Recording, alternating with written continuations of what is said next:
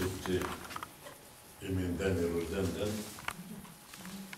Света Богородица и една пътеводителна звезда в твоя земен живот, най-вече да ти запази в една преклонна дълбока старост, да сееш на почвата и винаги да възхвалям името на Бога Отца.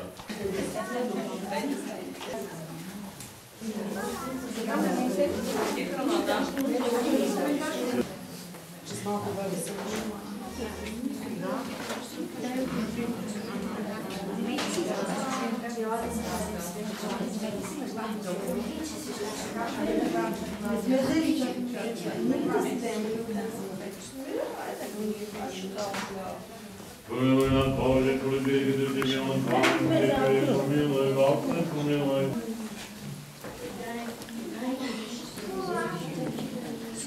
Зачем ти гласи, пробивал ти това на тебе, слава отправи милостта и ти не святия дух, сега всякога и увечни векове. Амин.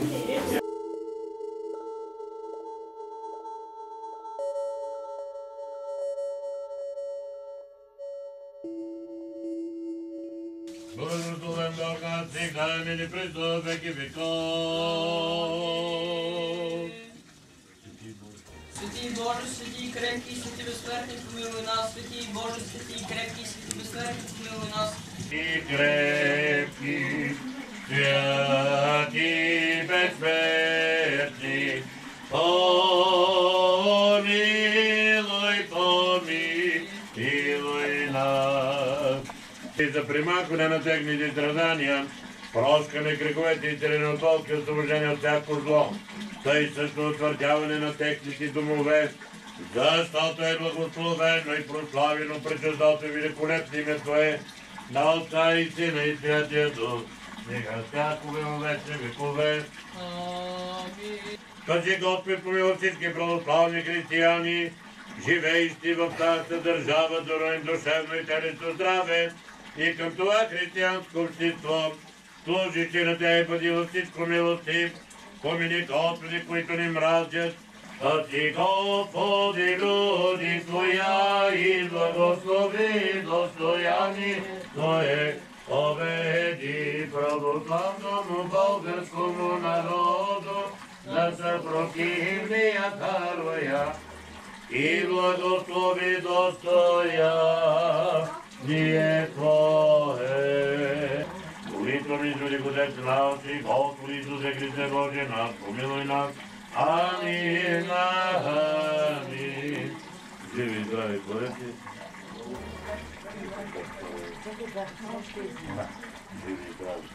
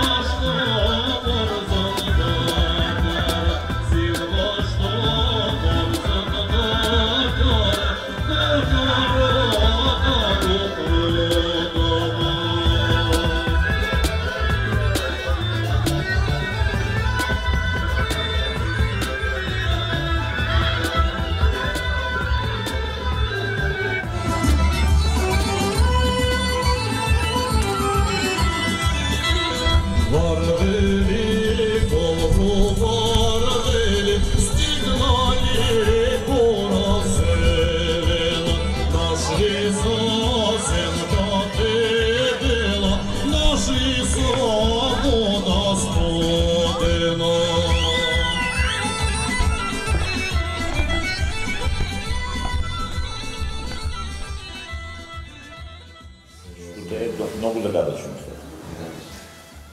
Тук е до място, където легендата казва, че са били две враждуващи племена.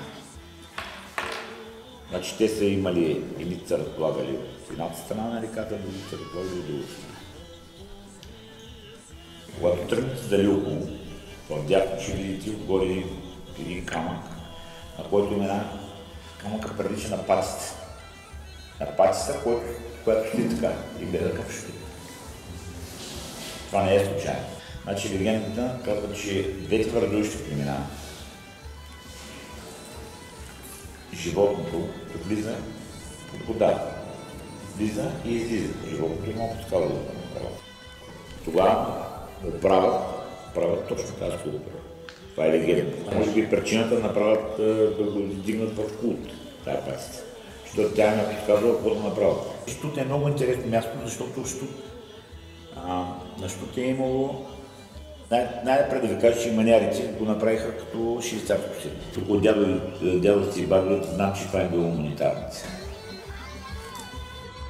Монетарница е римска. По римско време тук са правили балсами и това, което го знам от възрастните хора и е било монетарница. Монетарница е закрита. Където е кариерата, там където има мрамор, по принцип си има и злато.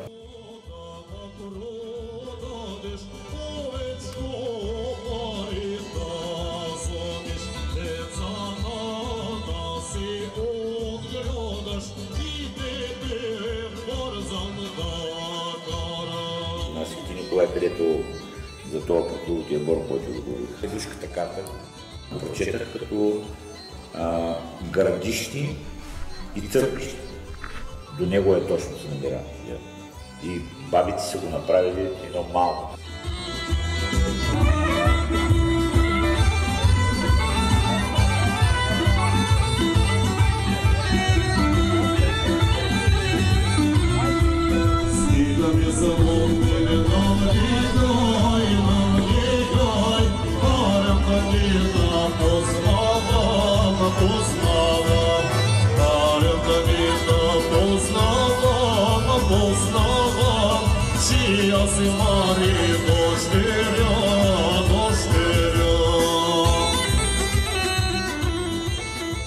Тук, когато са живели беси, когато римски отнема на беси белен таш.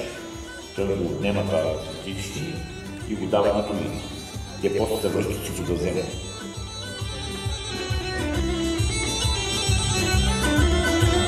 Радо, море, радо, бела, радо, пустине ти черни очи, пустине ти черни очи, черни са черни, как череши.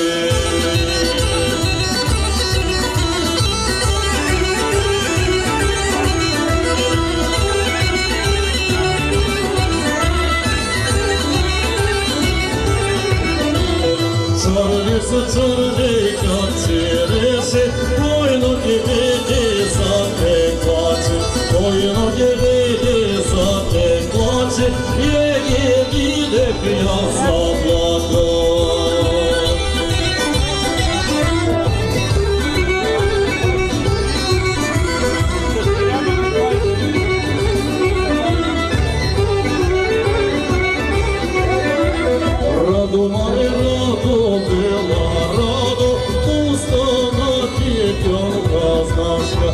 останах и пьянка Сташка, пьянка, пьянка, как пьянка.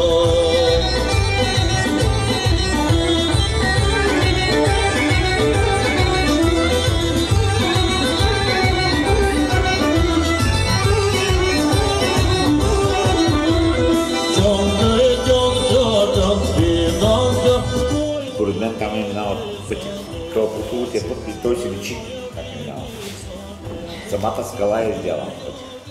А по-късно там са празнували животните. Значи овце и каквото са гледало, защото отдолу изглежда малко. Но всъщност възрастните хора казват, че там около 200 овце спокойно се събират.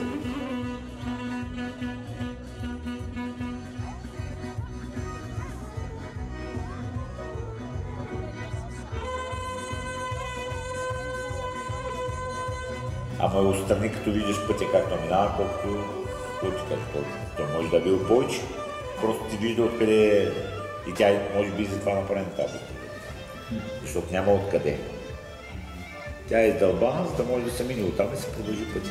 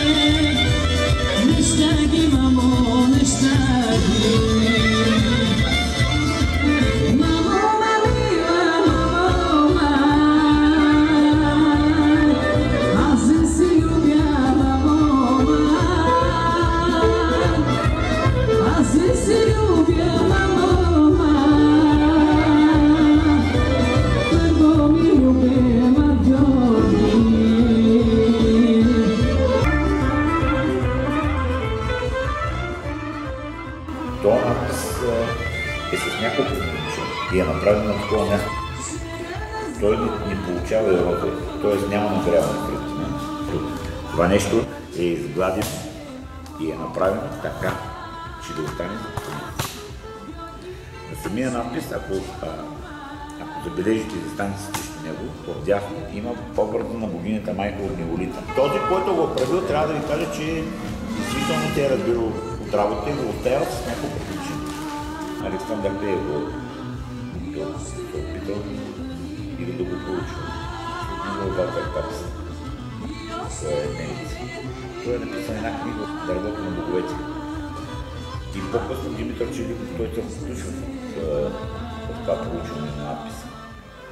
Той разчети надписа и си почина. Защото за него това е било страхотно предизвикателство, което му писа. Значи коментара беше първия на папството. Душата се колена между Сатурн и Земята. Трябва да се завърне обратно към светлината на своята звезда, както и на Дил, Кронос и Хадес. Димитър Челиков го разчита така. Той го разчита, нека всемирният Бог да затвори това зло и никога повече да ни има. Или да се връща.